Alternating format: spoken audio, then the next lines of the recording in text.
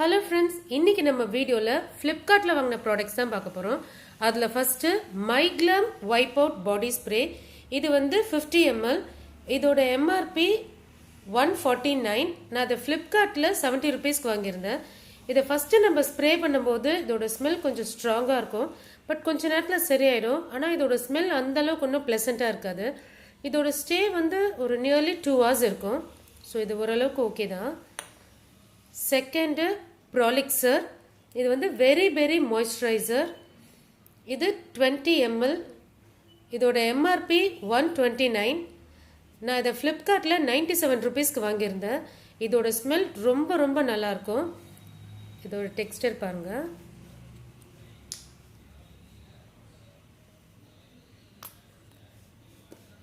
இதுவே இது அதிகம்தான்.